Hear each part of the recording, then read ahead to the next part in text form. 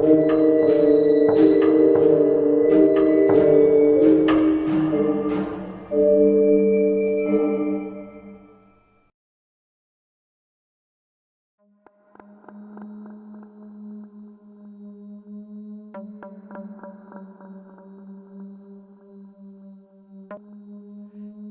Kala Jiwa.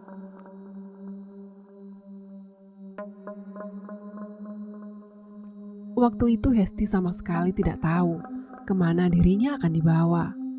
Ia hanya melihat mobil hitam tua yang membawanya, dengan Nyonya Wilujeng duduk di sampingnya. Wanita itu masih menunjukkan keangkuhannya, meskipun Hesti tahu dia seperti tak ingin menunjukkan sisi pongah itu di hadapannya. Mobil yang membawa mereka kemudian berjalan masuk, melewati pagar besi bercat warna hitam kelam. Di dalam halaman rumah yang sangat luas itu, terlihat bangunan rumah besar dengan gaya arsitektur yang menarik. Hesti sempat terdiam beberapa saat.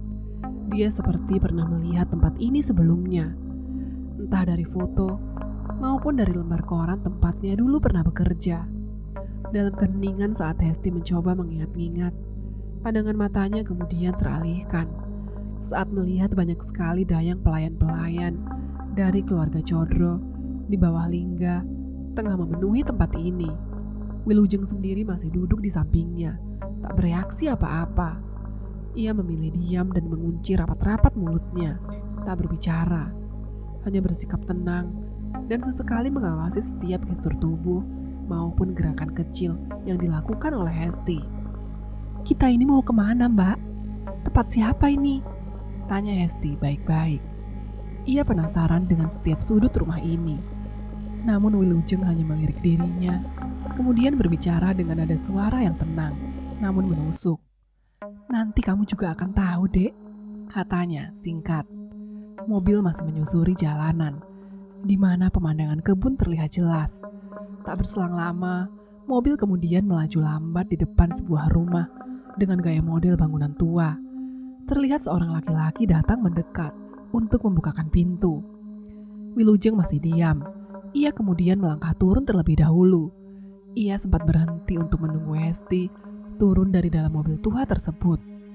Hesti yang masih tidak mengerti alasan dan kenapa dia dibawa ke tempat ini pun tidak punya kuasa untuk menolak istri pertama dari Lingga Condro tersebut. Maka Hesti pun melangkah turun, dibantu oleh beberapa pelayan laki-laki yang siap melayani mereka berdua. Saat ketika Hesti sudah melangkah turun, dia merasakan ada yang aneh di tempat ini, di mana semua perempuan yang menutupi kepalanya dengan penutup warna merah tiba-tiba saja menunduk di hadapannya, seolah-olah memberikan rasa hormat kepada Hesti, bagai budak pada majikannya. Bahkan tak sedikit yang bergumam tentang bahasa yang Hesti sama sekali tidak mengerti. Gadis itu benar-benar tidak tahu apa yang sebenarnya terjadi di rumah ini. "Kala Jiwa," kata Wilujeng membisik di telinga Hesti. Hesti hanya menatap wanita itu. Ekspresi wajahnya menunjukkan kebingungan luar biasa. "Mereka menghormatimu. Mereka akan tunduk kepadamu. Menyenangkan bukan menjadi bagian keluarga ini? Mereka melihatmu seperti ratu di tempat ini. Itu semua karena Sukmo Griani yang melayanimu." Setelah mengatakan itu, Wilujeng kemudian berjalan menuju ke bagian dalam rumah. Hesti yang masih mencoba mencerna kata-kata yang keluar dari mulut Wilujeng masih menatap aneh perempuan-perempuan dengan penutup kepala merah itu. Ia kemudian berjalan mengikuti Wilujeng, yang saat itu tengah disambut oleh banyak sekali orang di dalam rumah. Salah satunya oleh beliau abdi pribadi dari Nyonya Wilujeng. Wanita tua ini mungkin seperti Mbak Sumi, yang begitu tunduk kepadanya. Namun wanita tua ini memiliki dedikasi yang luar biasa, dan seperti mengabdikan seluruh hidupnya kepada Wilujeng sebagai tuannya. Dalam situasi yang entah kenapa tampak begitu tegang, si abdi tua ini kemudian membisik sesuatu kepada Wilujeng, sembari sorot matanya sesekali menatap ke tempat Hesti yang sedang berjalan mengikuti mereka. "Kabar itu sudah menyebar?" tanya Wilujeng pada abdi pribadinya dengan nada suara yang lebih terdengar seperti orang yang tengah berbisik. Si wanita tua itu mengangguk sekali, seakan mengkonfirmasi apa yang baru saja ditanyakan oleh Wilujeng kepadanya. "Betul, Nyonya. Sekarang semua orang pasti sudah tahu tentang berita ini. Berita? Hesti sama sekali tidak mengerti maksudnya. Berita apa yang dia maksud? Setelah mengatakan hal itu, abdi wanita tua itu juga memberitahu hal lain kepada Wilujeng. Perihal tentang seseorang yang Hesti tidak tahu. Karena syarat dengan kode nama yang terdengar sangat rahasia. Beliau ada di sini. Beliau? Tanya Wilujeng mengkonfirmasi. Wajahnya cukup terkejut. Iya, sekarang beliau sedang membersihkan tubuhnya di bathtub milik tuan rumah, kata si wanita tua. Entah Wilujeng memperhatikan Hesti yang tengah mengamatinya atau tidak, namun Hesti bisa melihat dengan jelas. Ada sungging senyuman yang aneh tersirat dari ekspresi wajah Wilujeng. Di bawah atap yang super mewah itu, Wilujeng sempat berhenti dan berdiam diri untuk sementara waktu. Matanya sempat menatap ke tempat Hesti yang saat itu juga terkejut karena Wilujeng tiba-tiba menghentikan langkahnya di tengah-tengah lorong yang kosong. Sebelum, tanpa mengucapkan apapun, beliau melanjutkan perjalanan menyusuri lorong rumah mewah tersebut dengan gumaman yang terdengar seperti tawa yang tak bisa beliau tahan. Rumah ini benar-benar rumah yang sangat mewah, meskipun tak memiliki lantai 2, layaknya rumah orang-orang kaya pada umumnya. Namun tetap saja, rumah ini tak mungkin bisa dimiliki oleh sembarang orang. Hanya orang-orang yang bergelimang harta yang pastinya bisa menempati tempat ini. Meski jika ditelisik lebih jauh, yang membuat rumah ini tak memiliki gaya rumah seperti yang kebanyakan orang kaya pada zaman itu miliki. Namun sekali lagi, luas rumah ini bisa dibilang mungkin 10-15 kali lebih luas dibandingkan rumah-rumah sejenis pada umumnya. Sehingga sebagai jurnalis yang sudah lama bertugas di bagian kriminologi, Hesti bisa memperkirakan kalau rumah ini tidak mungkin dimiliki oleh orang dengan kekayaan biasa saja. Pasti pemilik dari rumah ini merupakan salah satu orang paling kaya di negara ini. Kalau bukan pengusaha tambang, mungkin pemilik rumah ini adalah pengusaha rokok yang pada zaman itu sedang di atas angin karena margin keuntungannya tak terbatas.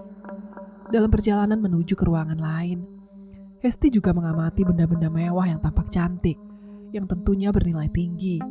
Bahkan sesekali Hesti mendapati lukisan-lukisan besar menempel di dinding-dinding rumah, seolah memberitahu kalau rumah ini memang tak dimiliki oleh sembarang orang. Hanya orang-orang yang super kaya, yang memiliki koleksi lukisan dan benda-benda mewah seperti ini. Pertanyaan Hesti cuma satu. Siapa sebenarnya di balik orang yang memiliki rumah ini? Entahlah, Hesti masih belum tahu sama sekali.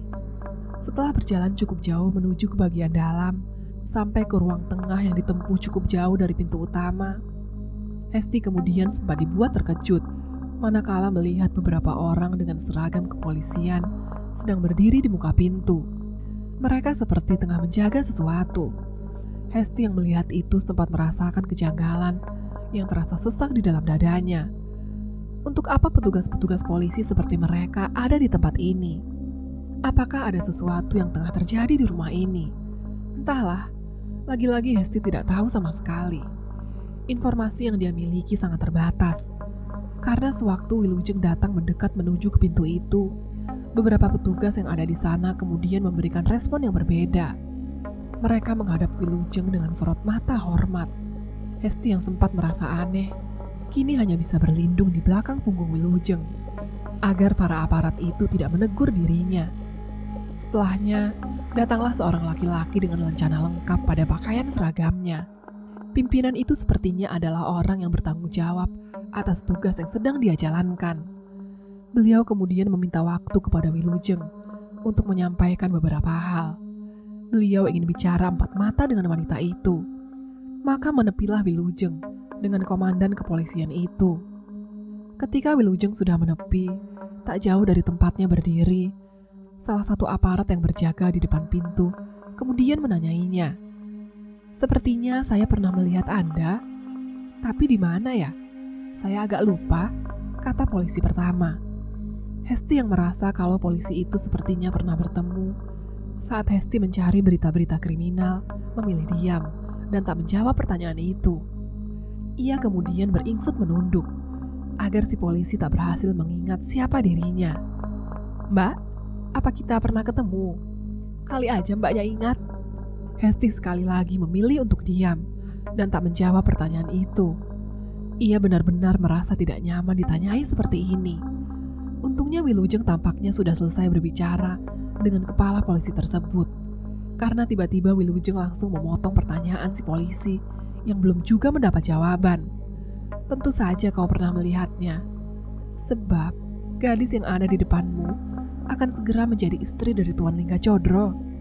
Jadi kumohon untuk nyawamu, lebih baik tidak membuatnya gugup. Mengerti? Petugas polisi yang mendengar itu langsung meminta maaf. Wajahnya tampak begitu pucat saat dia mendengar nama Tuan Lingga Codro. Sebenarnya Hesti masih tidak mengerti apa yang membuat nama laki-laki itu begitu ditakuti seperti ini. Baik Nyonya Wilujeng, Nona Hesti, Anda boleh masuk, kata si komandan kepolisian yang segera disambut dengan pintu yang terbuka lebar di hadapan mereka. Sebelum mereka berdua masuk, Wilujeng sempat mengatakannya, "Aku gak mau melihat satupun wartawan yang datang kemari. Bersihkan segera. Seberapa besar biayanya, keluarga Codro sangat mampu untuk membayarnya. Mengerti?" "Mengerti, Nyonya," jawab komandan polisi. Wilujeng dan Hesti kemudian melangkah masuk ke dalam ruangan yang entah kenapa saat itu begitu dijaga ketat oleh kepolisian seperti ini. Saat masuk, Hesti langsung mencium aroma amis darah yang begitu kuat. Ia juga melihat ruangan ini dipenuhi gelimangan mayat yang sudah ditutupi oleh lembar kain putih. Beberapa petugas kepolisian yang biasa mengurus TKP terlihat di sana-sini, mengambil foto sambil mengumpulkan barang bukti. Hesti melihat semua kekacauan itu dengan pikiran berkecamuk. Darah-darah di tembok, beberapa potongan daging robek, hingga genangan darah di beberapa sudut sudah cukup menggambarkan sekacau apa tempat itu sebenarnya. Ruangan ini memiliki tembok tebal dengan cat warna putih, sehingga mudah untuk melihat darah-darah yang mewarnai tempat ini. Dari panjangnya meja serta banyaknya kursi, Hesti tahu kalau ini merupakan ruang makan utama, di mana masih banyak sekali sisa-sisa makanan bekas yang beberapa di antaranya sudah membusuk. Hesti masih berjalan perlahan, mengamati setiap detil kegilaan ini. Sejujurnya, ia sangat ingin tahu di balik kegilaan apa ini. Namun dia tidak akan mendapatkan itu jika dia tak mencari tahu dari aparat kepolisian yang terlibat. Sementara Wilujeng masih berjalan menuju ke bagian ujung meja. Wajah wanita itu tampak mengeras, seperti wajah seseorang yang sangat puas dengan pemandangan ini. Beberapa kali bahkan ia tampak tersenyum, meskipun hanya bagian sudut bibirnya yang terangkat tinggi. "Menurutmu, bagaimana pemandangan ini, Dek?" tanya Wilujeng tiba-tiba, di sela langkah kakinya menuju ke bagian paling ujung. Hesti belum menjawab. Ia masih melihat keseluruhan tempat yang semakin lama dia melangkah jauh, semakin gila.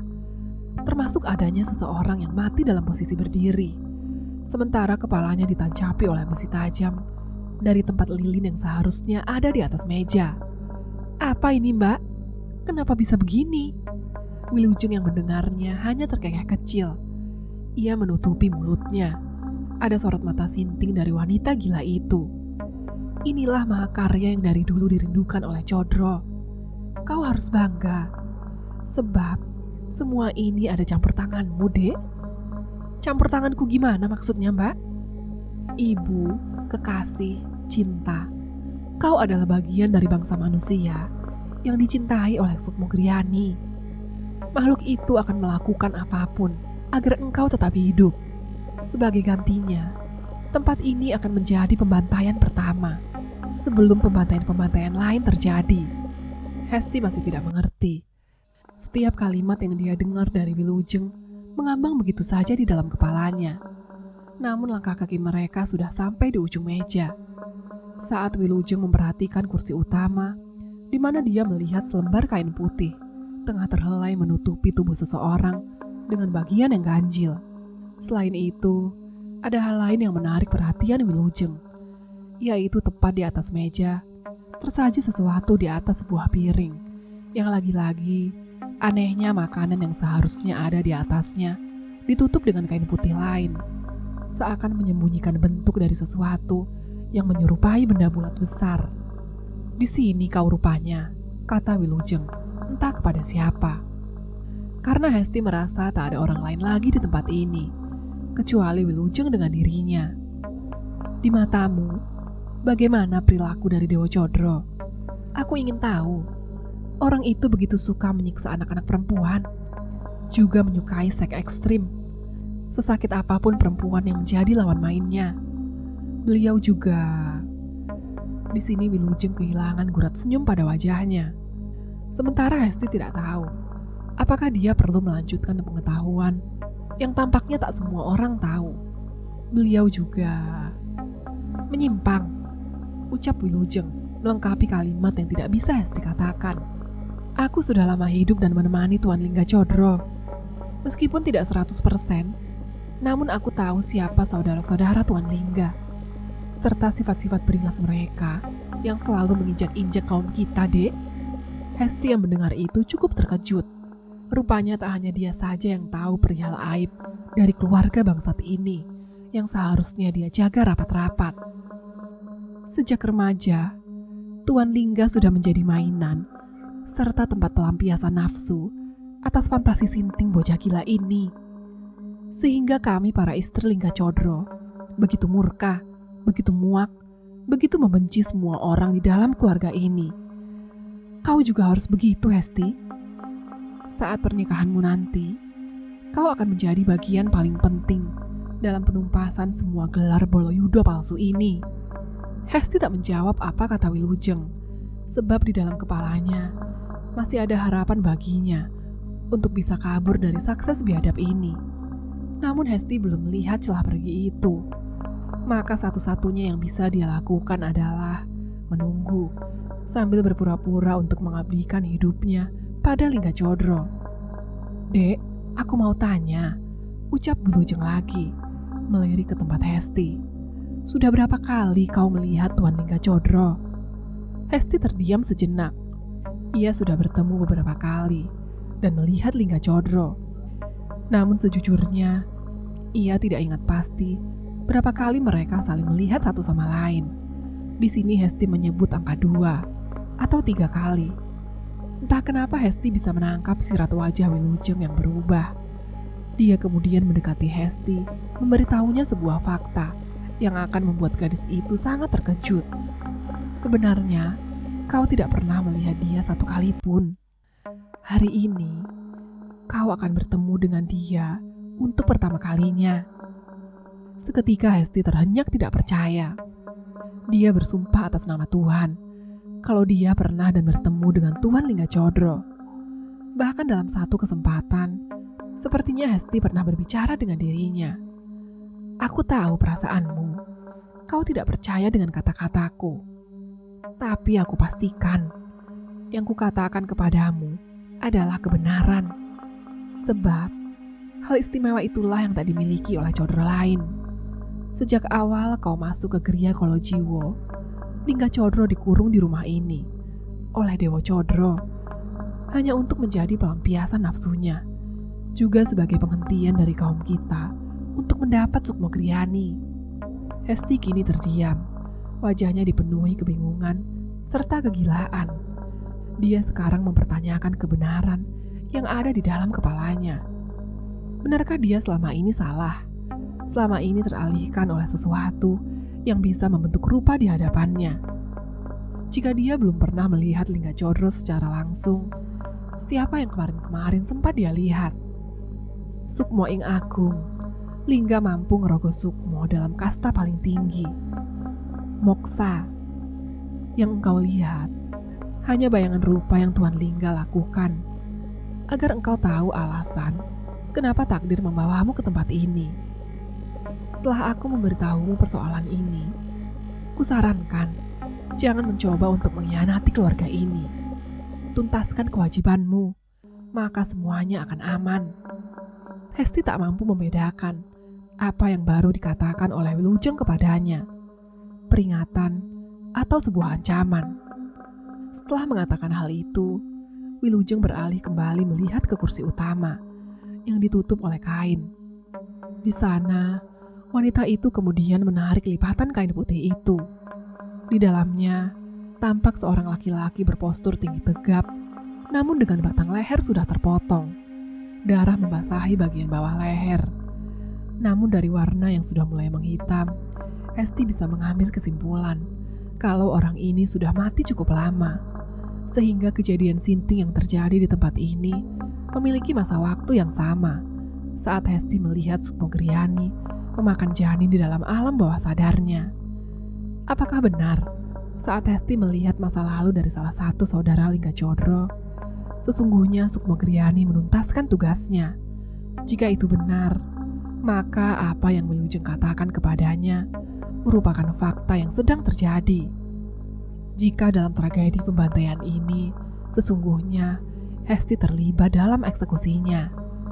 Hesti kini tersenyum.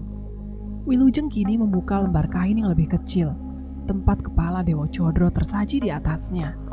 Barulah wanita itu bisa tersenyum dengan sangat puas. Ia kemudian meludah ke atas lantai sebelum melangkah pergi meninggalkan seonggok mayat itu dari dalam ruangan yang penuh dengan aroma kematian itu. Sementara Hesti hanya berdiam diri, sembari mengutuk dirinya sendiri. Karena saat ini, mau tidak mau dirinya kini berada di dalam pusaran konflik gila. Sebab kematian Dewa Codro akan memantik Codro lain untuk membalas dendam.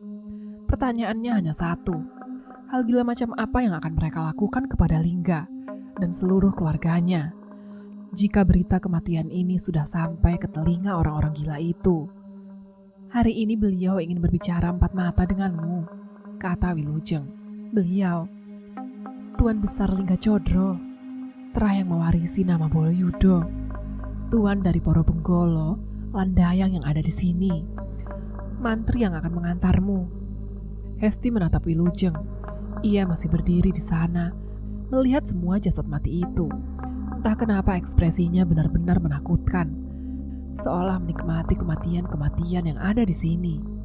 Di luar pintu, seorang laki-laki tua kurus dengan pakaian batik menunduk pada Hesti.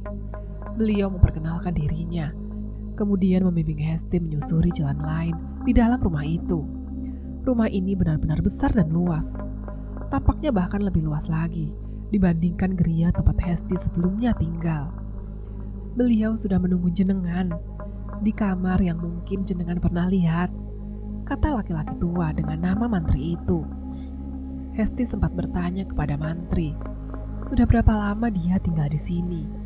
Awalnya, mantri hanya diam saja dan terus berjalan. Namun mengabaikan Hesti tampaknya sulit dilakukan oleh laki-laki tua itu. Sehingga kemudian beliau memberitahu satu informasi kecil perihal keluarga Codro dan cara bermain di dalam keluarga ini. Saya Mantri Sudibyo, abdi dalam keluarga Codro, di bawah naungan Dewa Codro, katanya dengan intonasi suara yang tenang. Seolah tak ada dusta dalam setiap kalimatnya. Dan Hesti bisa merasakan ketulusan suaranya yang menenangkan. Dalam hiruk-pikuk keluarga Codro, setiap calon Boloyudo punya juru kunci mereka masing-masing. Orang yang akan menemani tuan mereka sampai mangkat. Saya adalah abdi dalam Nak Dewo, yang jasadnya jenengan lihat di kamar itu. Hesti hanya diam saja, seraya mendengarkan penjelasan laki-laki tua itu. Dengan meninggalnya Tuan Dewo, sebenarnya tugas saya selesai. Seharusnya saya mati sekarang. Tapi Tuan Lingga menolak keputusan mangkat saya. Menolak? Orang itu menolak Anda pensiun? Tanya Hesti, bingung. Terdengar gelak tawa kecil saat Hesti menyebut pensiun, karena mantri kemudian berhenti, lalu menatap Hesti yang melihatnya dengan tatapan mata yang polos. Maksud mangkat di sini, saya harus mati, Non. Mati yang sebenar-benarnya mati. Hesti sedikit terhenyak di tempatnya sedang berdiri. Namun informasi itu tak cukup untuk mengejutkannya. Sebab mati di keluarga ini seolah menjadi fase yang mudah dilakukan. Keluarga Codro mampu menutupi kematian gila ini dengan uang yang tak terbatas. Lalu, Lingga melarangmu. Jadi, Anda tidak akan mati. Betul. Tapi saya malu. Malu sebab bagaimanapun, Tuan Lingga bukanlah tuan yang saya jaga dari kecil. Sehingga hanya tinggal menunggu waktu saja sampai beliau akhirnya memutuskan kematian saya. Katanya, ekspresi wajahnya tampak tegar, seolah tak memiliki rasa takut. Sungguh orang tua yang luar biasa. Jadi, apa yang terjadi semalam, Pak, di sini? Bagaimana mereka semua bisa... Hesti berhenti untuk mencari kalimat yang lebih pantas diucapkan. Namun mantri tampaknya tahu, sehingga dia yang melanjutkannya. Mati, Non? Iya, bagaimana mereka semua bisa mati? Mantri menatap mata Hesti dengan pandangan mengamati. Ia kemudian bergumam, Anda bisa melihatnya sendiri dengan mata kepala Anda. Hesti sama sekali tidak mengerti maksudnya. Namun mantri kemudian mengatakan sesuatu yang membuat Hesti menjadi lebih penasaran. Anda memiliki mata yang bagus, mata seorang carok. Pantaslah sang Sukmogriani mau tunduk di bawah kaki panjenengan. Carok, ibu dari Poro Codro, Non. Beliau adalah wanita pertama yang dianugerahi Sukmogriani.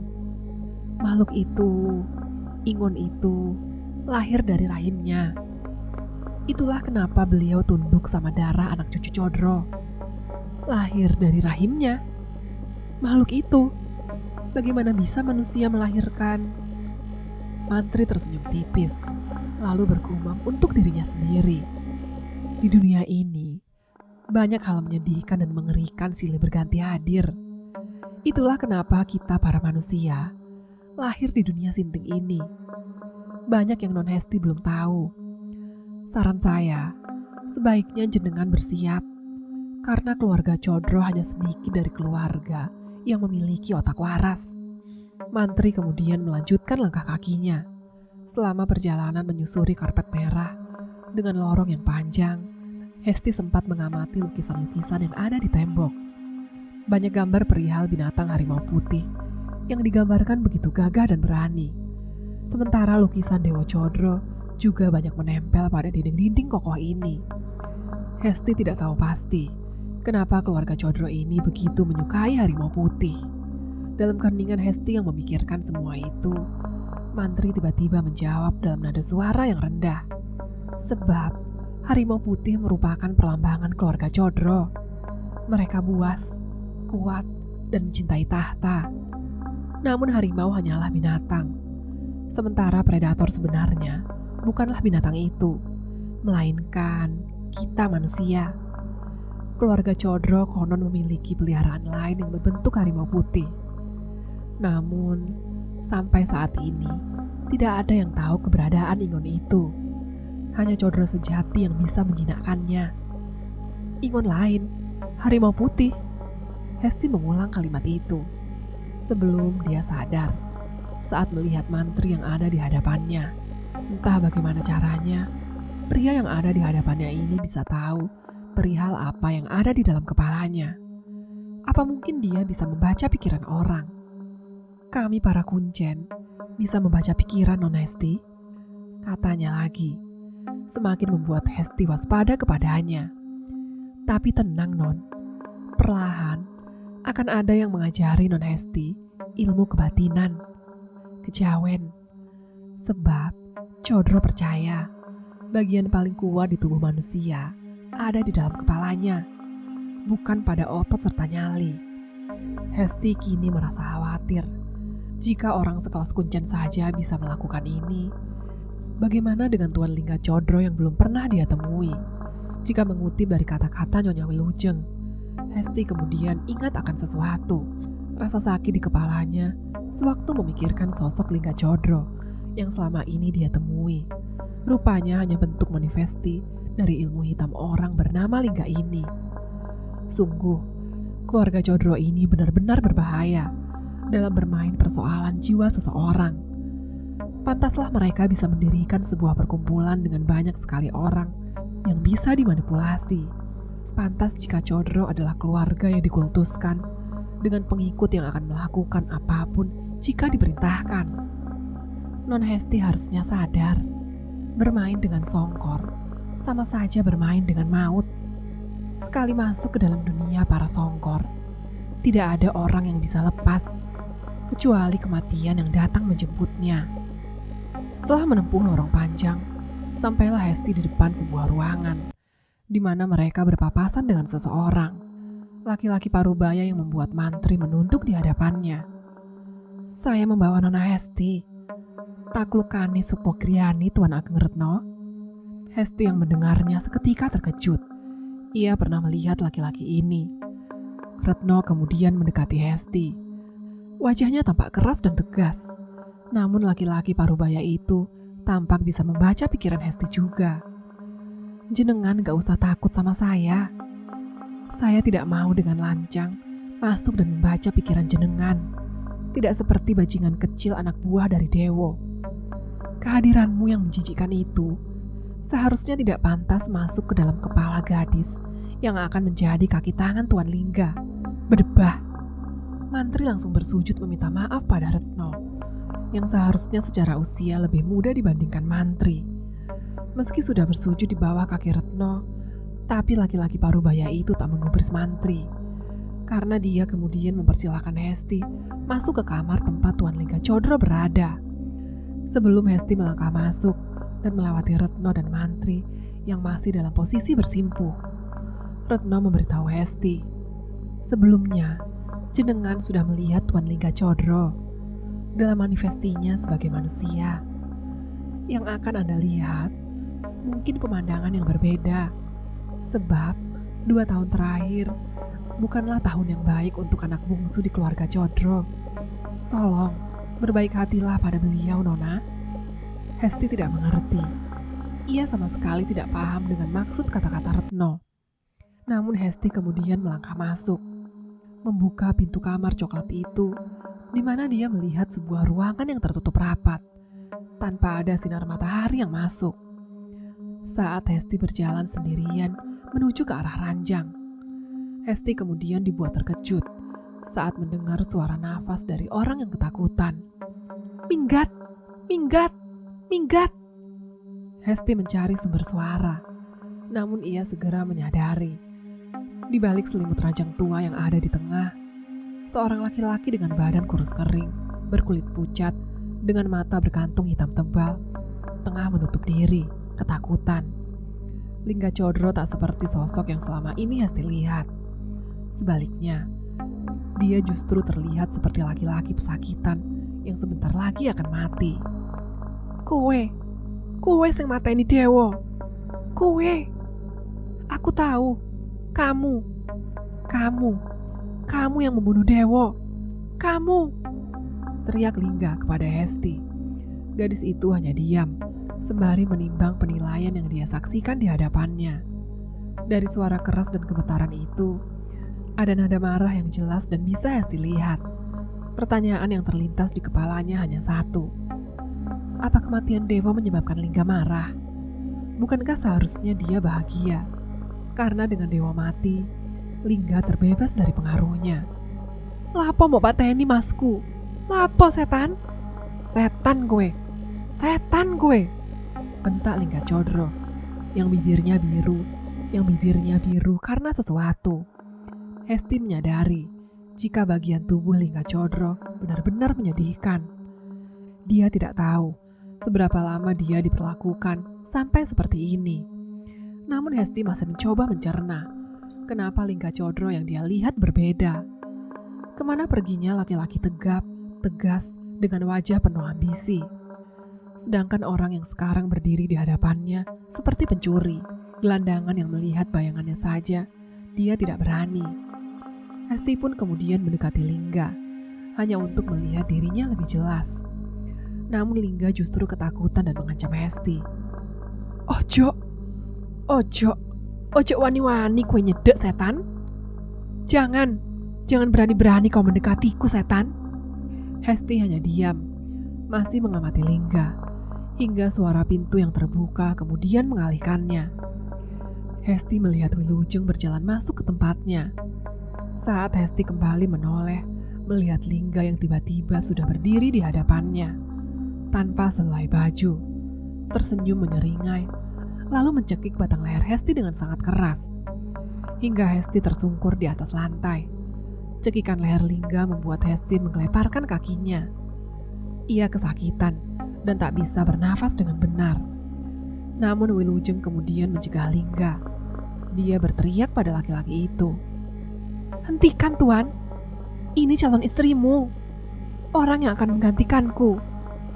Jangan kau bunuh dia kalau kau tak mau menjadi bulan-bulanan saudaramu," kata Wilujeng, seraya mencoba mendorong tubuh Lingga yang kurus kering. Tak berselang lama, Retno dan Mantri ikut masuk untuk menarik Lingga yang meronta-ronta dan mengutuk Hesti tanpa alasan yang jelas. "Wedok bajingan, wedok bajingan, wedok bajingan," kutuk Lingga kepada Hesti. Hesti yang masih syok kemudian dibantu oleh Wilujeng untuk berdiri.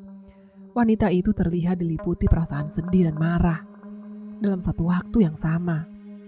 "Sekarang kau tahu, sekarang kau mengerti betapa rusaknya Tuan Lingga Codro akibat ulah dari Dewo dan semua codro-codro bajingan lain, kan? Kau lihat, kan?" Hesti tak tahu lagi apa yang harus dia katakan dalam situasi seperti ini. Hesti bertanya-tanya kalau Lingga yang dia lihat tidak seperti yang pernah dia lihat. Wilujeng tampak tahu, sehingga dia menghentikan kalimat yang akan keluar dari mulut Hesti. Dia kemudian memberitahu kalau bagian di dalam kepala Lingga saat ini hanya trauma dan ketakutan yang disebabkan oleh saudara-saudaranya.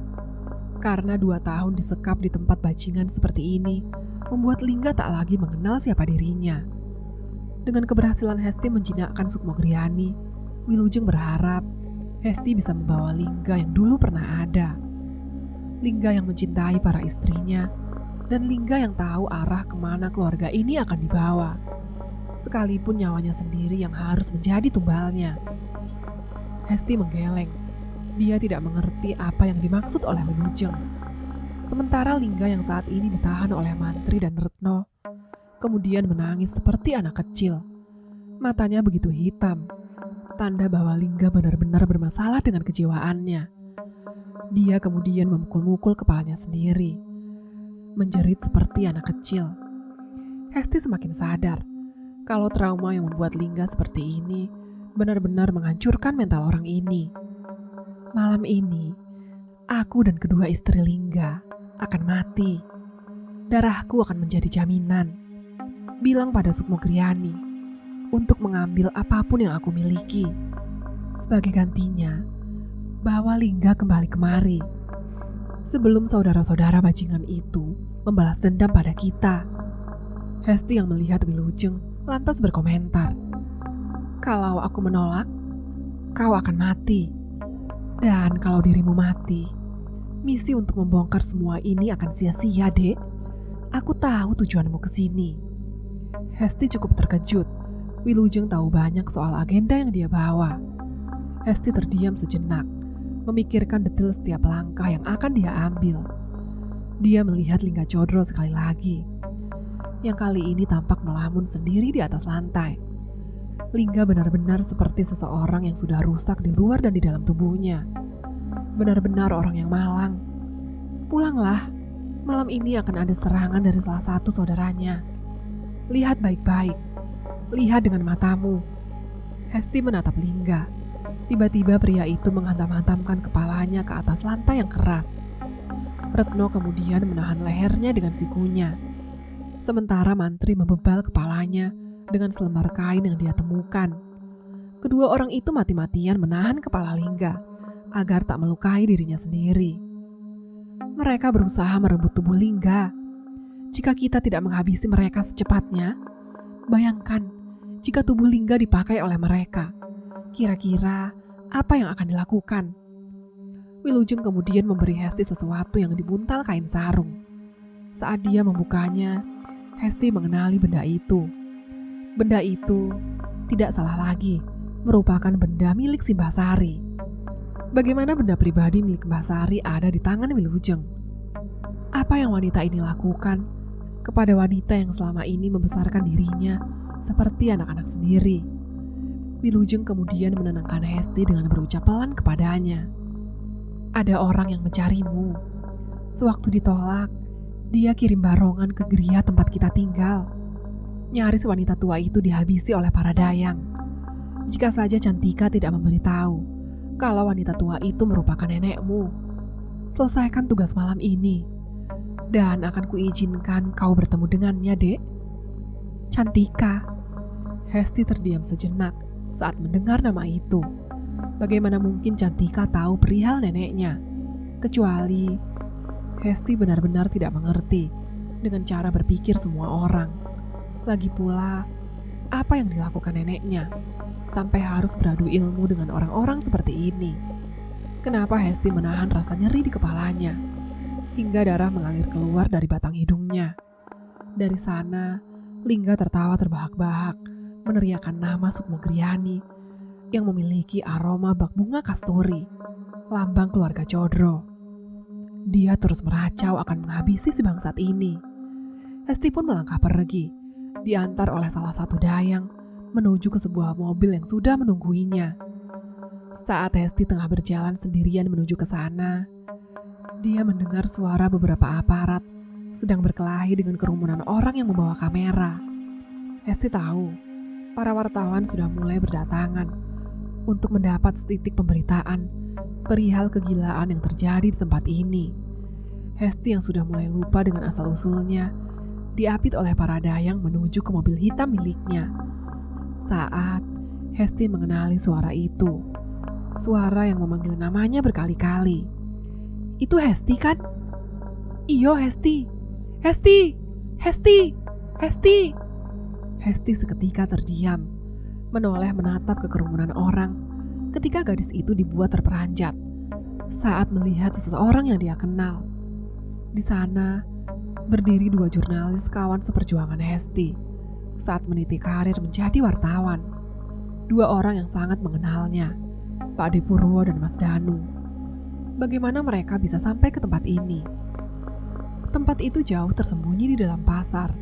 Suara ramai orang lalu lalang terdengar di segala penjuru, menutupi keberadaan mereka bertiga.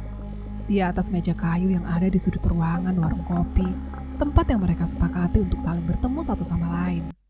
Hesti tak punya banyak waktu untuk menjelaskan semuanya. Di hadapan gadis itu sekarang, Danu duduk, sembari memasang alat perekam suara yang sudah dia persiapkan terlebih dahulu, tepat di atas meja. Sementara Mas Purwo sedang mengawasi mereka dari meja kasir, tempat laki-laki parubaya itu tengah membayar semua tagihan makanan mereka. Suara klok dari alat perekam itu kemudian terdengar. Tanda alat itu sudah menyala. Nama saya Hesti, jurnalis. Saya juga adalah orang yang akan menjadi pengantin Lingga Codro, salah seorang pemilik Kriya Kolojiwo, sebuah kultus keagamaan dengan ribuan pengikut di dalamnya. Lewat rekaman ini, saya siap menjadi saksi atas apa yang sudah saya lihat di tempat itu. Saya merekam ini tanpa ada paksaan, tanpa tekanan dari siapapun. Semua murni keinginan sendiri. Semua yang akan saya katakan juga akan bersifat benar. Hesti duduk. Pandangan matanya lurus menatap Danu, sebelum beralih ke tempat Mas Purwo yang berjalan mendekat ke arah mereka dengan 3 gelas penuh es kelapa. Laki-laki parubaya itu kemudian duduk tepat di samping Hesti, memandanginya sejenak. Dalam ramai suara pasar yang ada di belakang, Mas Purwo kemudian memberi gestur kepada Danu agar mematikan alat perekam suara yang ada di atas meja. Sebentar saja, katanya dengan nada pelan. Ada yang mau laki-laki itu sampaikan kepada Hesti. Sekali lagi, ia ingin memberi Hesti saran sebelum pengambilan keputusan atas apa yang akan mereka lakukan bertiga.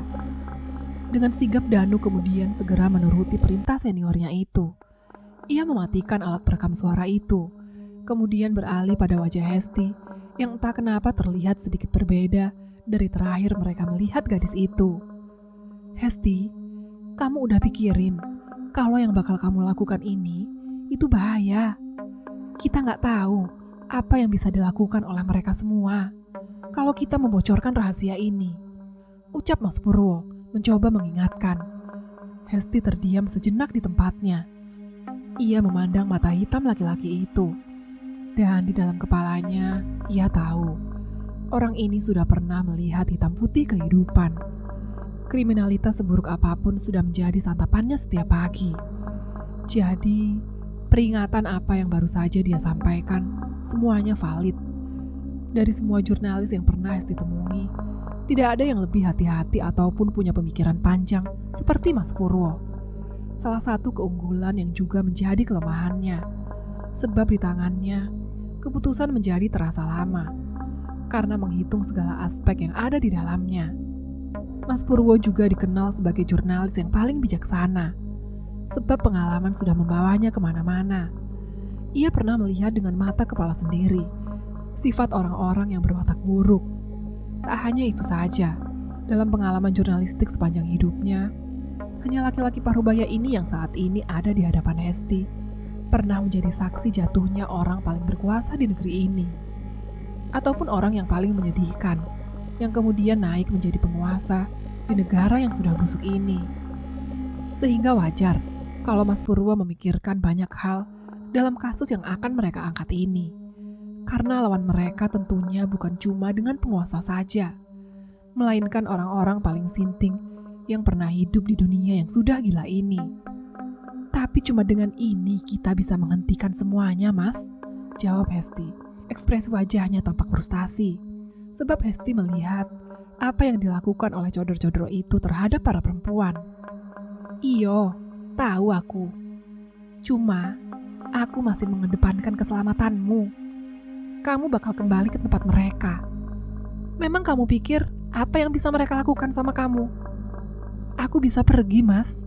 Kalau ada satu kesempatan kecil saja, aku bisa kabur dari sana. Mas Purwo terdiam sejenak, menghela nafas panjang. Lalu habis itu, kamu mau ngapain? Sembunyi sampai kamu mati?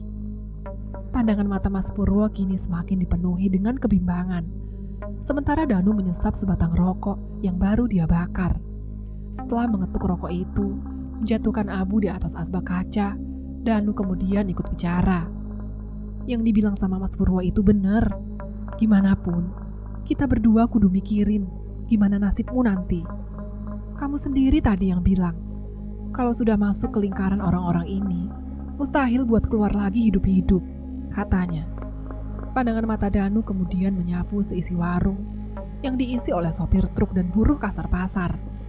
Dalam sorot mata menyapu tempat itu, Danu kembali berkata, bahkan ya Hesti, bisa saja kaki tangan orang-orang itu sebenarnya ada di sini. Cuma kita tidak tahu yang mana saja orangnya. Hesti melihat ke sekeliling. Entah kenapa kalimat yang baru saja dilempar oleh Mas Danu terdengar masuk akal sekarang. Hesti rupanya tak pernah berpikir sejauh itu.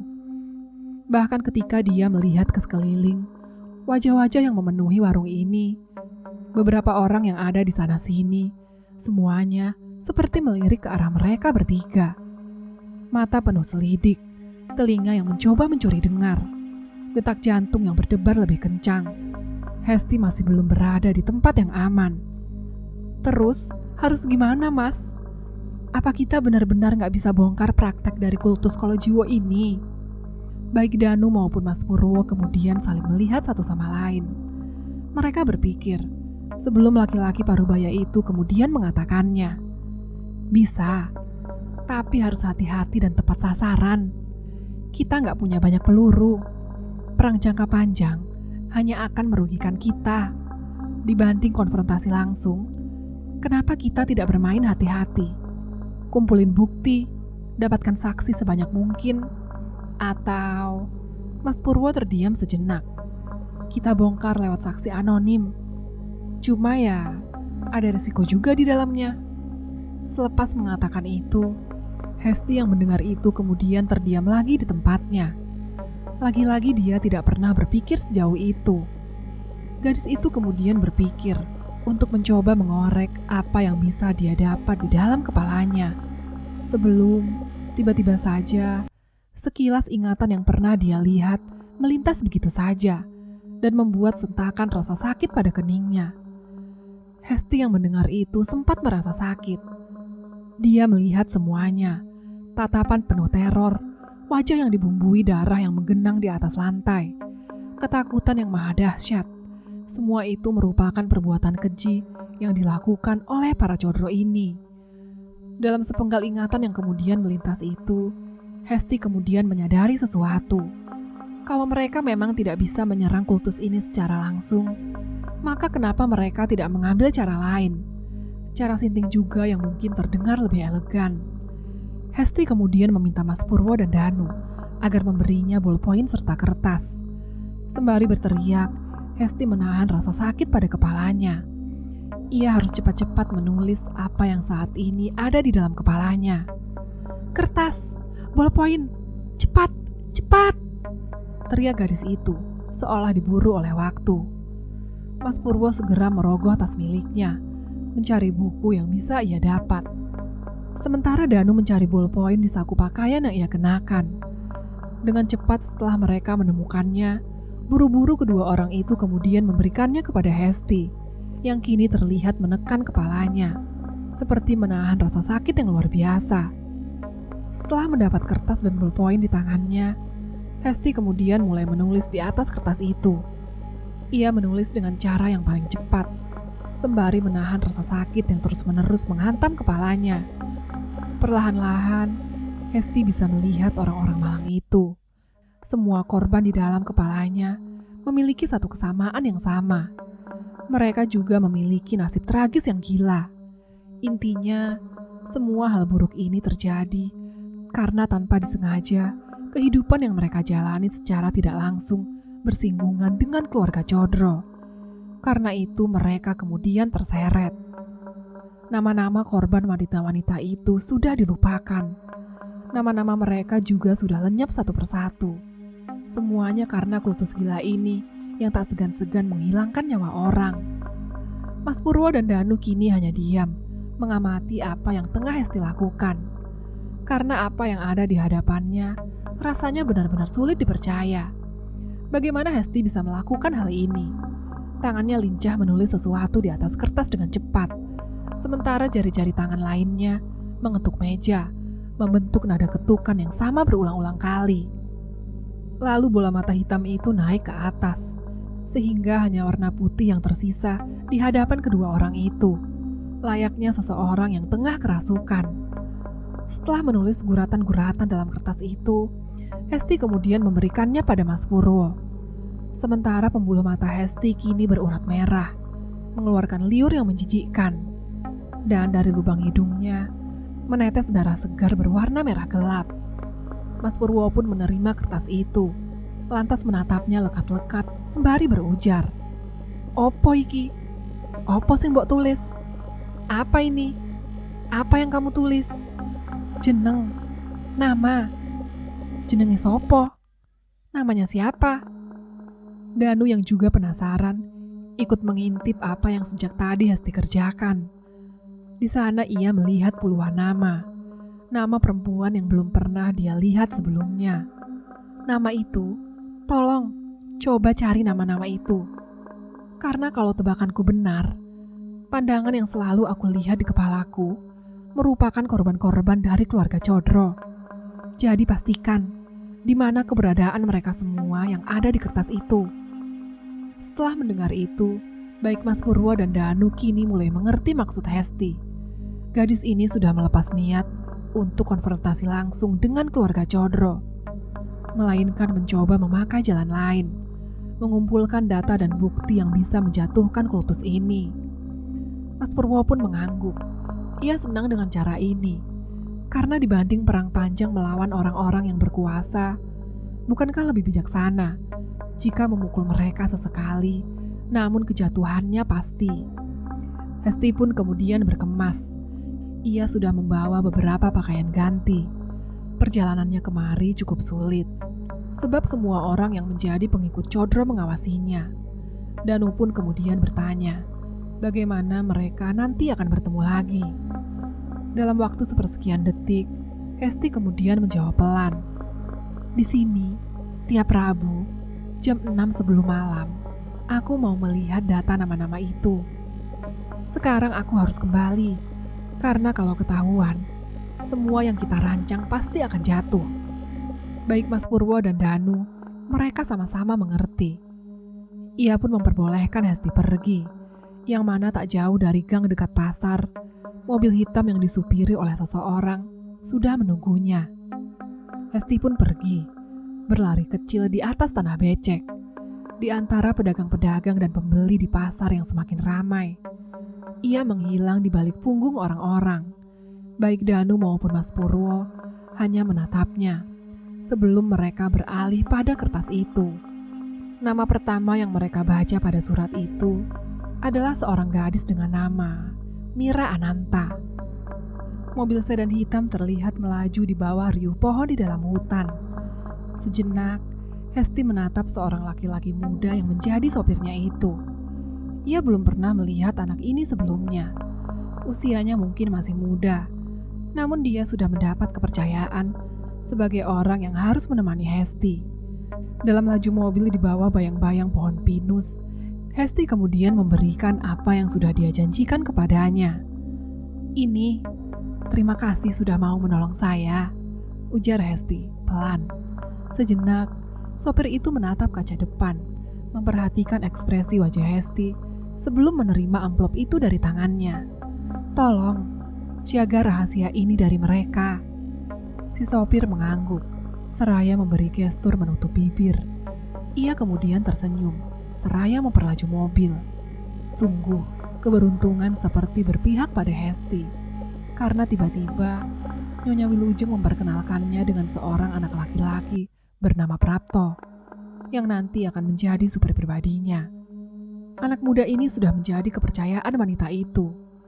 Awalnya, Hesti sempat curiga, sebab dia kira kalau Prapto ditugaskan untuk memata-matai Hesti. Namun ia sadar betul kalau hal itu salah, karena Prapto hanyalah orang biasa yang akan melakukan apapun untuk uang. Ia bahkan tak begitu peduli dengan kultus tempat dia bekerja.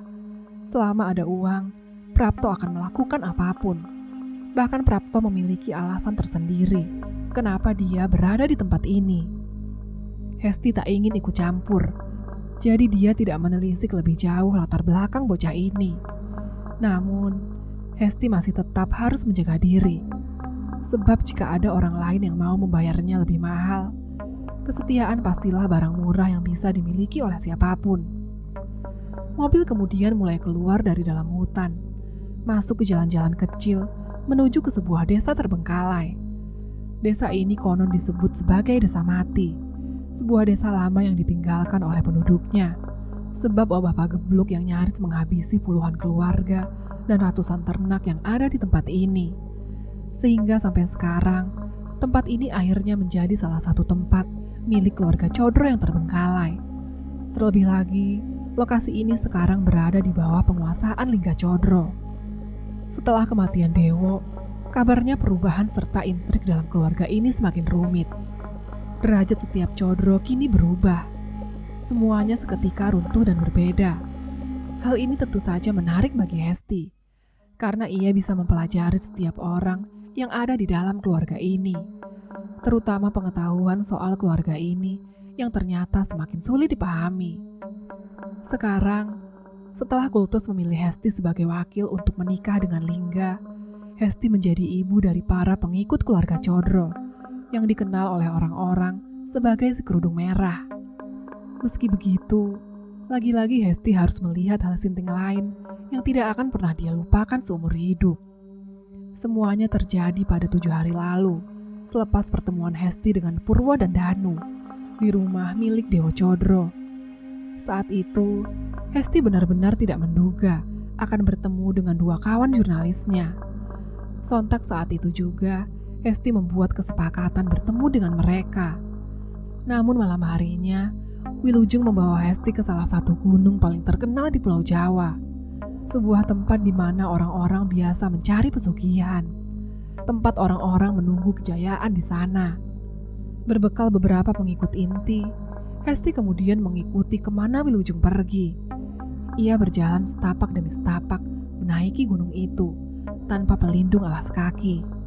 Kepala Hesti juga ditutup dengan selembar kain berwarna merah, sama seperti para pengikut keluarga Codro kebanyakan.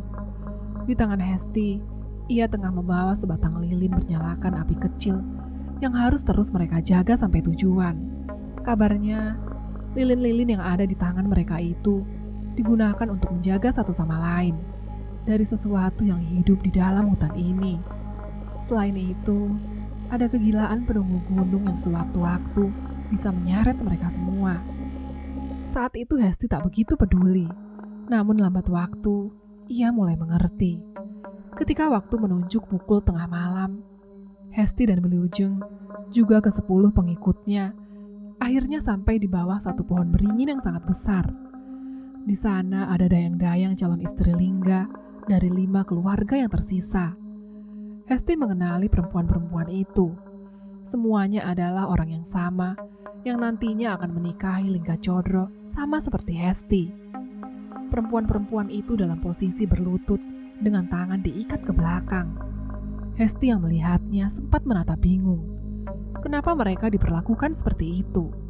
Disinilah Wilujeng sebagai orang yang memimpin dalam perjalanan kemudian memberitahu kalau memang seperti inilah syarat bagi wanita-wanita yang hidup di dalam lingkar keluarga Codro. Mereka mengabdi atas kehidupan mereka. Selain 2 perempuan yang Hesti kenal, ia benar-benar tidak tahu dengan 3 perempuan yang lainnya. Wilujeng kemudian memberitahu kalau 3 yang lain adalah istri Lingga pada masa kini.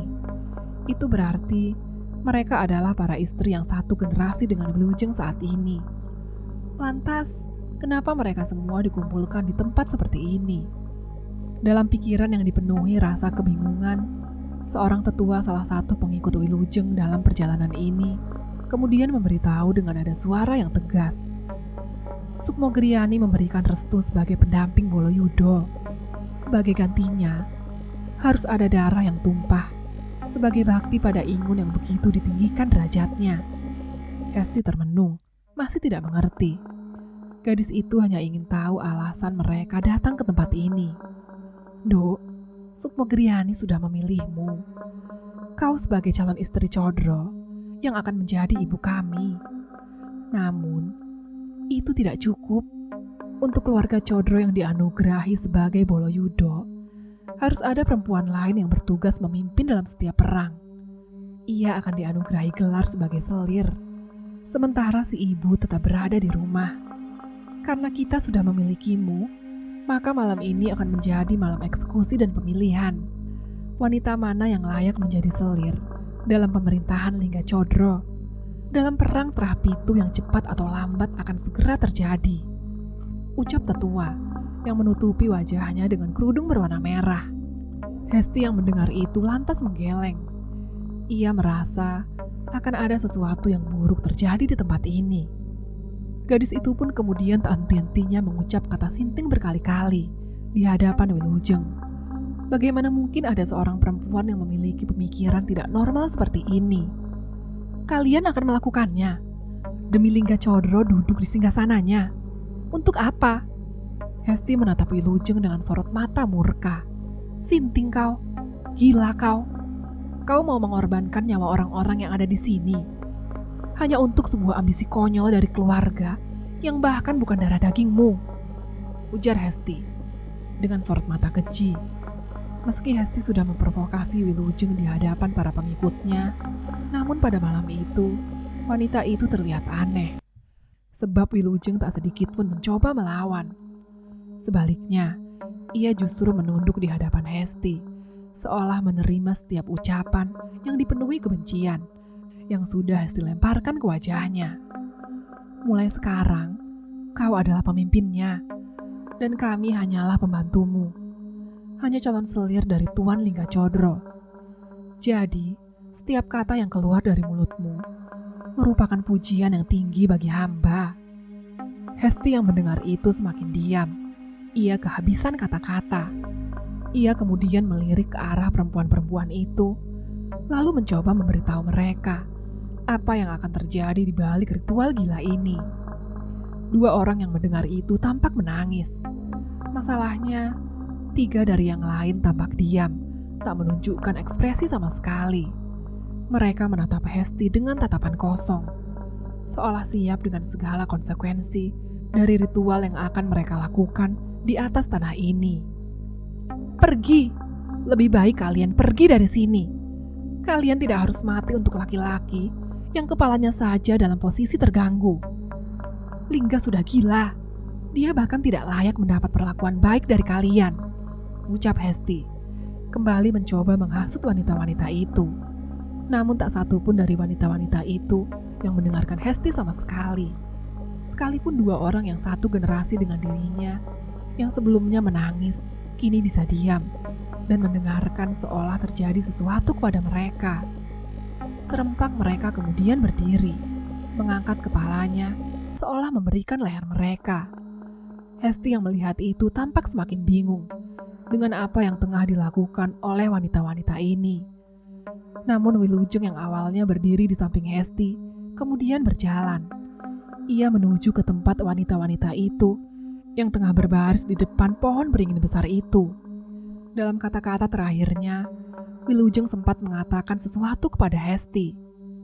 Ritual sogok gulu bakal dimulai. Aku dadi salah siji pesertane. Wilujeng berjalan dengan tenang, lalu kini berdiri tepat di samping keempat orang itu. Setelahnya, Wilujeng memberikan lehernya juga, yang entah akan diapakan oleh orang-orang yang ada di sini.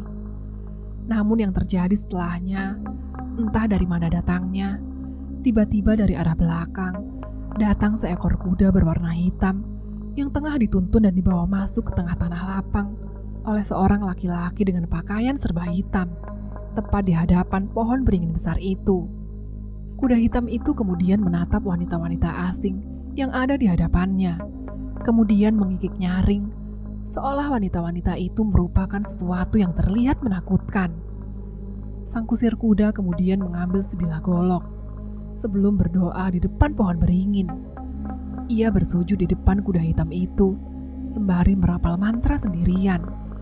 Anehnya, kuda itu hanya diam saja dan menatap ke tempat Hesti, yang saat itu tengah berdiri jauh dari mereka semua. Hesti kemudian bertanya pada beberapa gadis berkerudung merah yang ada di sampingnya. Namun lagi-lagi, mereka semua hanya diam saja, tak memberi jawaban apapun.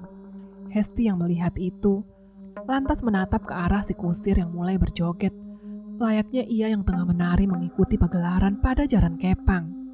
Hanya saja tarian itu terlihat menakutkan, karena berkali-kali si kusir mengarahkan bilah tajam golok ke batang leher wanita-wanita yang ada di hadapannya. Nyonya Wilujeng dan kelima perempuan lain kemudian ikut menari, mengikuti langkah kaki sang kusir yang kini memutari kuda hitam itu.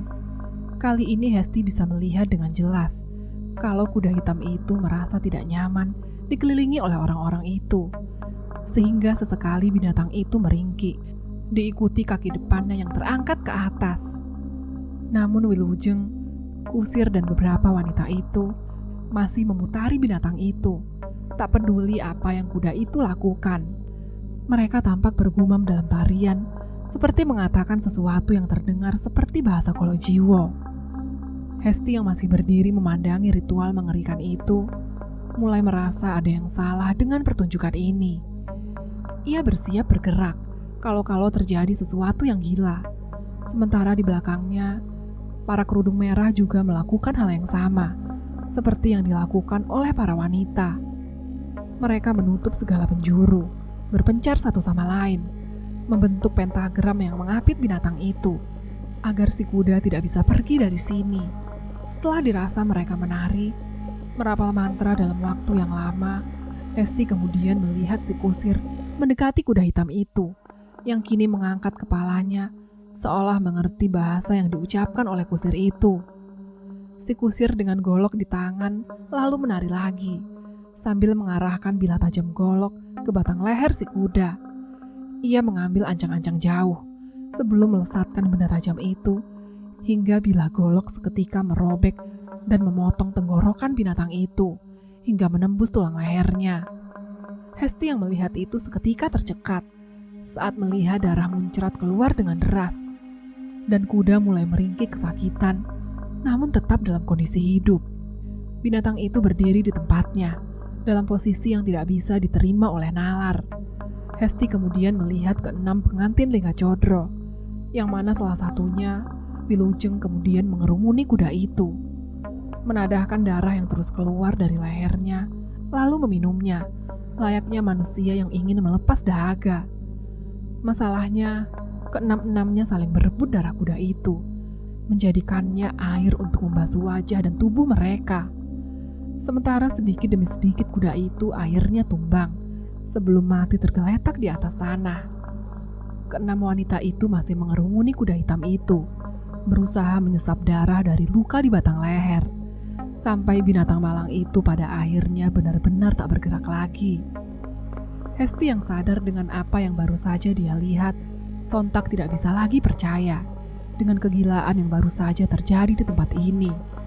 Bagaimana hal gila seperti ini menjadi sebuah tradisi dari keluarga yang menganggap diri mereka terhormat seperti ini. Dari sana, keinginan Hesti untuk mengekspos keluarga ini semakin besar. Ia harus bertemu lagi dengan Mas Purwo dan Danu untuk menceritakan kegilaan lain. Bagaimanapun, semua orang yang ada di negara ini harus tahu betapa bobrok dan gilanya keluarga Codro ini. Setelah kurang lebih beberapa puluh menit, keenam perempuan itu kemudian berdiri, bangkit dari tempatnya menyesap darah kuda.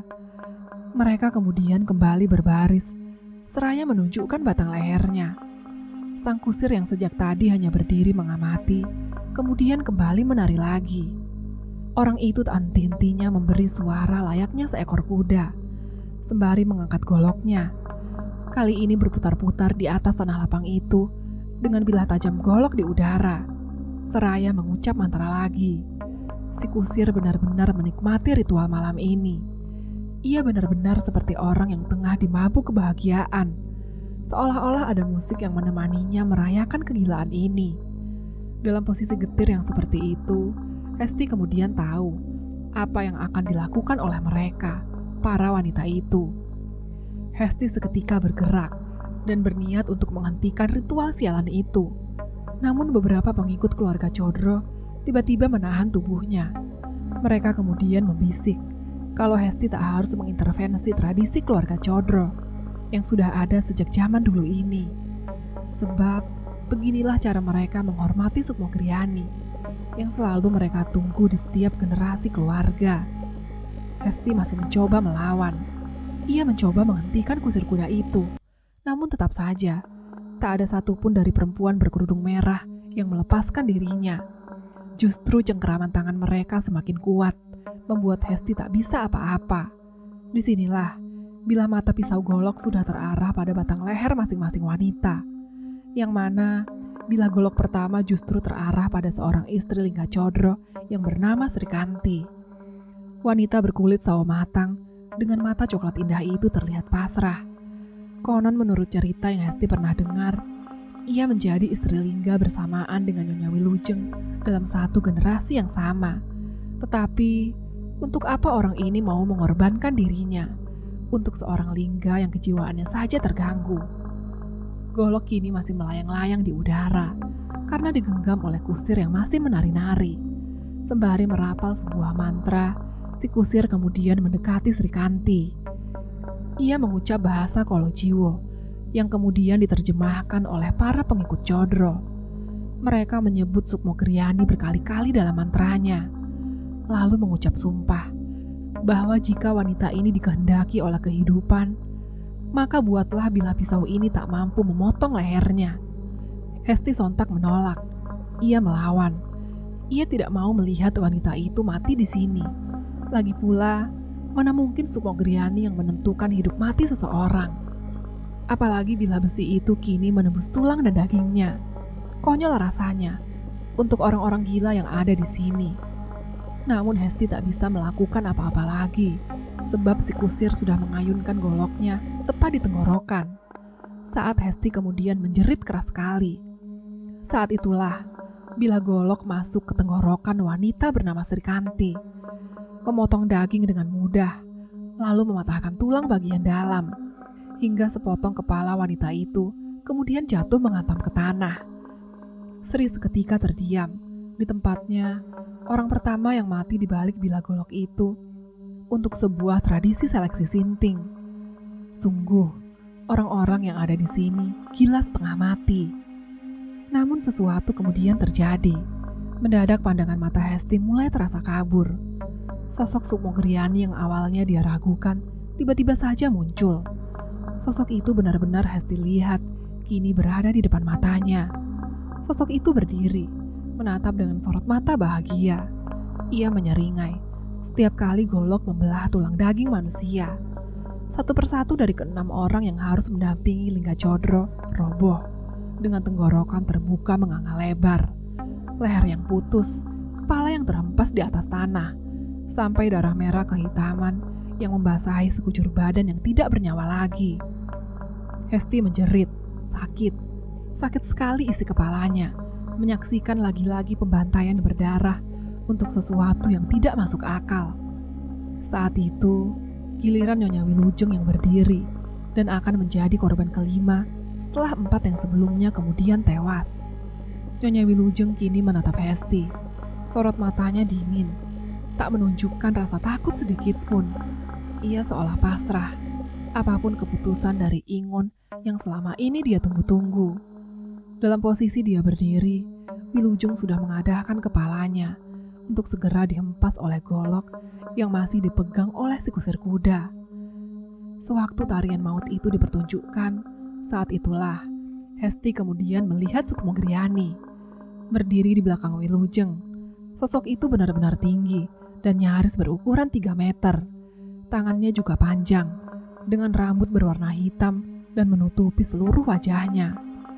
Si kusir kini memutar untuk mengambil ancang-ancang sebelum kembali menghunuskan bilah tajam golok yang menghempas di batang leher Wilujeng yang terbuka. Saat itulah, dalam sepersekian detik, Hesti merasakan dadanya terasa sesak, diikuti pupil mata yang mengecil, ketika hunusan golok mulai menghantam daging dan tulang leher Wilujeng. Namun, hempasan tajam golok yang seharusnya memenggalnya justru tak menimbulkan luka fatal seperti yang terjadi pada wanita lain sebelumnya. Dalam kebingungan luar biasa yang Hesti sama sekali tidak mengerti, saat itulah Hesti kemudian menyadari sesuatu. Rupanya, wanita bernama Wilujeng itu masih berdiri dengan leher sedikit tergores. Darah merah menetes dari batang lehernya, namun tak cukup untuk memberinya luka mengerikan yang bisa merenggut nyawanya seperti wanita lain yang ada di sampingnya. Bahkan, Wilujeng masih bisa tersenyum menatap Hesti yang masih tercekat di tempatnya. Melihat kalau Wilujeng masih berdiri kokoh di hadapan golok itu, sontak si kusir langsung berteriak, menjerit bahagia karena sang selir sudah ditemukan. Meskipun Wilujeng merupakan istri dari Lingga Codro generasi sebelumnya, namun Sukmogriani ingin wanita ini tetap mendampingi jalan Lingga Codro. Ternyata dalam ritual seleksi akhir, saat Sukmogriani yang berhak memutuskan, dan dalam pilihannya, Wilujenglah yang berhak menerima gelar baru sebagai pendamping dari ratu dalam status Keningratan Trabolo Yudo, sang selir. Wilujeng kini menoleh, menatap wanita yang ada di sampingnya, Ayundita. Ekspresi wanita itu seketika berubah dipenuhi raut ketakutan saat sadar kalau Wilujeng sudah terpilih sebagai selir di sini. Jika Sukmo sudah memilih, maka itu berarti tidak ada kesempatan bagi dirinya. Seketika saat itu juga, tebasan golok memotong batang leher Ayundita, membuat wanita itu seketika terkapar meninggal dunia tanpa persiapan apapun. Hesti yang melihat seluruh kejadian gila itu kini termangu diam, mematung, sembari menatap jasad-jasad mati itu. Ia kemudian menggumamkan rasa frustasi yang rasanya semakin hebat. Dengan berakhirnya kematian-kematian ini, maka tunai sudah pergelaran ritual Trabolo Yudo dengan dipilihnya Hesti sebagai pemuncak dari sosok yang dipilih oleh Sukmo. Dan Wilujeng, si orang sinting yang begitu terobsesi dengan Lingga Codro, menjadi selir untuk mendampingi Hesti dalam pemusnahan seluruh keluarga Codro lain. Dengan begitu, harapan terakhir akan kewarasan Lingga Codro mungkin saja terjadi. Dalam langkah kaki tegas, Wilujeng kemudian menanggalkan pakaiannya, membiarkan tubuhnya telanjang bulat, di mana setelahnya para pengikut keluarga Codro berhamburan mendekatinya, menempelkan tangannya di atas darah-darah yang tumpah di atas tanah. Sementara Wilujeng tampak begitu senang. Apa yang dia kejar seumur hidupnya akan segera kesampaian. Rasanya belum pernah Hesti melihat sorot mata yang begitu jahat. Satu-satunya yang dia lihat dari mata Wilujeng hanyalah kematian. Mobil sedan hitam itu akhirnya sampai di salah satu rumah tempat nanti mereka tinggal. Sebuah rumah peninggalan zaman Belanda yang untungnya sejak kepindahan keluarga Lingga ke tempat ini, bangunan tua yang terbengkalai itu kini sudah terlihat layak untuk ditinggali. Wilujeng kemudian memberitahu Hesti kalau saat ini mereka harus makin waspada, berjaga satu sama lain. Codro-codro lain tetaplah seorang songkor. Meski mereka tak memiliki Sukmo Griani seperti keluarga Lingga Codro, namun tanpa kehadiran Sukmo Griani di pihak mereka, mereka tetaplah orang-orang yang berbahaya. Kini, di dalam rumah yang perabotannya sudah diganti dengan barang-barang baru, Wilujeng menuntun Hesti masuk ke dalam kamarnya. Karena jika tak dia lakukan, maka akan datang kiriman sesuatu yang sangat gila di tempat ini. Hesti yang mendengar itu hanya diam. Sembari di dalam kepalanya ia berpikir kalau wanita bernama Wilujeng ini benar-benar orang yang tidak bisa ditebak sikap serta perilakunya. Setelah ritual kegilaan yang baru saja dia lakukan itu, tak sedikit pun Hesti melihat rasa bersalah pada wajahnya. Karena yang ada di pikiran wanita itu saat ini hanyalah Lingga dan Lingga suaminya. Obsesinya terhadap laki-laki itu nyaris membuat Hesti sama sekali tidak mengerti dengan kisah di masa lalunya. Di dalam sebuah kamar yang berukuran besar itu, dengan perabotan mewah dan antik di dalamnya, Wilujeng kemudian menunjukkan sebuah foto. Wajah dari seseorang yang pernah Hesti lihat di dalam kepalanya. Seseorang yang dia tahu siapa gerangan di baliknya. Orang itu adalah Adia Codro. Salah satu dari Codro paling psikopat. Orang yang begitu suka dengan jerit teriakan wanita. Wilujeng kemudian memeluk Hesti, membisik di telinganya. Ia menuntun Hesti agar mulai mengirim Sukmo Griani untuk menghabisi bajingan ini. Sejenak Hesti merasa kalau dia tak harus melakukannya. Maka Wilujeng memberitahu perihal apa saja yang sudah dan dia lakukan. Hesti terdiam, tak mengatakan apapun. Sebab sebenarnya dia tahu kebejatan apa yang dilakukan oleh Codro. Di sini, Wilujeng sekali lagi mampu membuat Hesti agar mengerti di mana posisinya saat ini berada. Apakah gadis ini mau melihat Codro gila seperti Adia? Atau Dewa menjadi kepala keluarga dan melanjutkan tingkah gilanya? Hesti kini mulai merasa bimbang. Sebab apa yang dikatakan oleh Wilujeng, semuanya nyaris terdengar benar di telinganya. Ia tak mau melihat Adia, atau Dewo, bahkan Anung menjadi kepala keluarga Codro yang tidak akan segan-segan menyiksa para korbannya, terutama wanita-wanita tak bersalah yang tinggal di negara ini. Maka Hesti pun kini mulai ragu dengan keputusannya saat dia melihat Wilujeng dan mengatakan kepadanya, "Apa yang harus aku lakukan jika ingin menghabisinya?" Sebab Hesti belum juga mengerti cara mengendalikan Sukmo Griani yang sudah memilih dirinya. Dengan senyuman licik, Wilujeng berbisik akan mengajari Hesti ilmu turun-temurun yang dimiliki oleh keluarga Codro, Ngrogo Sukmo, dengan sosok Sukmo Griani sebagai ingon-ingonnya. Wilujeng memberi Hesti sepucuk helai rambut yang dipotong, memasukkannya ke dalam mulut Hesti, seraya mengucap sesuatu yang terdengar seperti bahasa Kolojiwo. "Kutunaikan matiku untuk membunuh pria yang ada di dalam kepalaku, Adio Codro." Saat itulah, Hesti kemudian tiba-tiba dalam kondisi mengantuk. Pelan-pelan ia mulai kehilangan dirinya lagi. Namun untungnya dalam sepersekian detik, Hesti bisa menahan diri agar ia tetap terjaga. Namun ia tersadar saat ada sesuatu yang salah terjadi di kamar ini. Sekujur badan Hesti tiba-tiba terasa sakit dan ngilu. Ia kemudian melihat Wilujeng yang tersenyum menatap ke arahnya. Wilujeng kemudian datang dan memberitahu kalau Adia Codro baru saja ditemukan meninggal dunia di kediaman pribadinya. Sekujur badannya hancur digilas oleh mesin giling. Dan semuanya terjadi hanya dalam waktu 2 hari 2 malam. Saat Hesti tampak kebingungan, lalu bertanya bagaimana hal itu bisa terjadi, Wilujeng kemudian menunjuk pada kaki dan tangan Hesti, tempat di mana Hesti kemudian dibuat tersentak diam. Saat menyadari, sekujur badannya kini bermandikan darah yang masih basah.